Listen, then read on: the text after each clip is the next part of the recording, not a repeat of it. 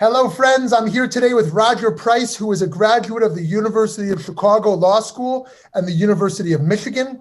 Since retirement, he has concentrated on writing the Judaism and Science website, where he explores the interrelationship of Judaism and the physical, biological, and social sciences. In the broader Jewish community, Price has taught at Chevra, a community of adult Jewish learners, the URJ Summer Learning Institute, BJE Chicago's Kickstart, Limud, and congregations around the country. Today, we're here to discuss his book, When Judaism Meets Science, and this fits in nicely to our year of learning about Judaism and science as part of our fellowship with Sinai and Synapses. So, Roger Price, thank you for taking time to talk. Oh, it's my pleasure. Happy to be here. So, to jump right in, how is this book different from other Jewish books on the market of a related topic? My book explores the challenge that modern science presents to Judaism and by extension to the Jewish people. And we can start with the fact that in the Jewish community, there are very, very, very few books that address science. In the Christian community, they come out once a week. In the Jewish community, not so much. And the ones that I am familiar with, two issues, creation and evolution. My book addresses creation and evolution, goes well beyond it. With respect to the Torah, the book also talks about the flood, patriarchal ages. It talks about the plagues and the Exodus, and it even addresses the traditional claim that the Torah we have received is the Torah that God gave Moses at Sinai. But then my book goes beyond that and addresses contemporary issues, from abortion and allergies to vaccinations and violence with firearms. And then it peeks ahead to the future. And we talk about extraterrestrials and exoplanets and artificial intelligence, and even the end of days. So the scope of my book is really unique. Very interesting. So you acknowledge in the book that Jews throughout history have been challenged by science in different ways. What's different this time? What's different now? Well, first of all, it's true that we've been challenged in the past. About 400 years ago, Copernicus and Galileo challenged us when they showed us that we didn't live in a geocentric universe, that everything did not revolve around us. And 160 years ago, Charles Darwin challenged us by showing that species evolve by way of natural selection, and that we and other apes share a common ancestor. What's different today is the scope and the reach and the rapidity of discoveries. So today we are reaching out into space. We have discovered planets circling stars far beyond our solar system, exoplanets. And we have discovered some of those planets are in the habitable zone of those star systems. So there is the possibility, perhaps, of finding life on other planets. And if we did that, that would be a new Genesis event.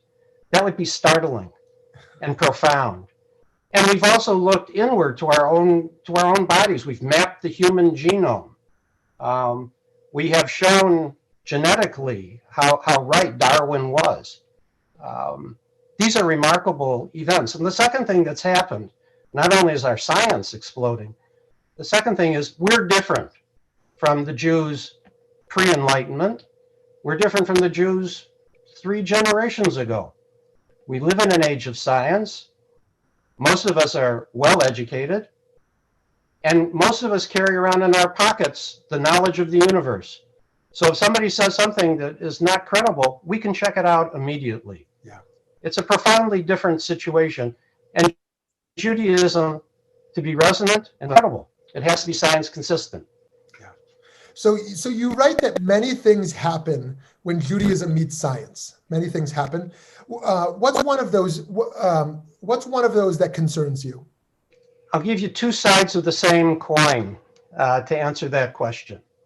There are some Jews who hear what science teaches, that the universe is 13.8 billion years old, that our planet is 4.5 billion years old, that life has evolved on Earth over 2 billion years, that the human species has evolved in the last 200 or 300,000 years. They hear those facts, they look at some of the Torah text, and they perceive there's a conflict. And by virtue of how they've been trained, where they grow up, what their friends are telling them, they try to resolve that conflict by rejecting science. That's not good for them. It's not good for the Jewish community. There's only 14, 15 million of us on this planet. We can't afford to lose any Jews, and we certainly cannot afford to lose any Jews because of their ignorance of science. On the other hand, there are some Jews who look at that same information. They look at the same Torah text, and they conclude that the stories that they're reading are not truthful. They're not good history. They're not good science. They're not even fiction. Some say they're fraud. And their resolution of that perceived conflict is they leave Judaism. That's not good for the Jewish people either. And so what we really need to do is we need to have more conversations like you and I are having right now. We need to have them at the congregational level. We need to have them at seminaries. We need to have them in Jewish studies programs. We just need to have more talk about what happens when Judaism meets science. Well, I couldn't agree more on the importance of this and how integrated that can be into our Jewish communal educational agenda. So one last question for you, building off that. In your conversations with congregations or other Jewish communities, what's one of the topics that tends to generate the most discussion? It doesn't matter what denomination the congregation is.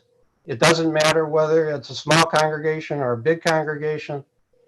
The issue that generates the most discussion, the most energized discussion, and in some ways almost the most passionate discussion, is the chapter I wrote that's titled "When a Jew Droid Walks into Shul." And this imagined a robot shaped like a human, that'd be an android, and it's uploaded with all the literature and lore of the Jewish people. And the android has now become a Jew droid. And the android is contemplating all of this information, and it realizes that being Jewish is more than knowing stuff. It's more than knowing history or literature. It's more than knowing about prayers. It's more than knowing about theology. Judaism involves being Jewish, and doing it with other Jews. And so the Jew droid decides it wants to be a member of a shul. And it goes into a shul and applies for membership. And the discussion then is what happens next. And as we all know, the Torah teaches dozens of times that we should welcome the stranger. We should respect the stranger. And the question before the congregation that I ask is, what do you do with the Jew droid? Do you welcome this stranger, or is this stranger just a little bit too strange? And what we get into are sometimes relatively silly questions about the Jew droid not looking Jewish, but we know that there's no such thing as looking Jewish. You can be a Jew in any hue, any shape, any size.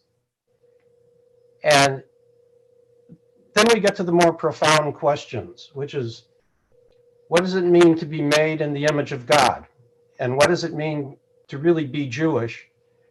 And what does it mean to be a congregation? And those questions, depending on how formal or informal the group is, but again, regardless of denomination, those questions just provoke a great conversation. Yeah. Friends, just to contextualize that in the book, part 1 here is recognizing the challenge and opportunity. Part 2 is illuminating the past. Part 3 is relevance of the present. And then we get to part 4, anticipating the future, which is where chapter 24 is when a Jew droid walks into shul.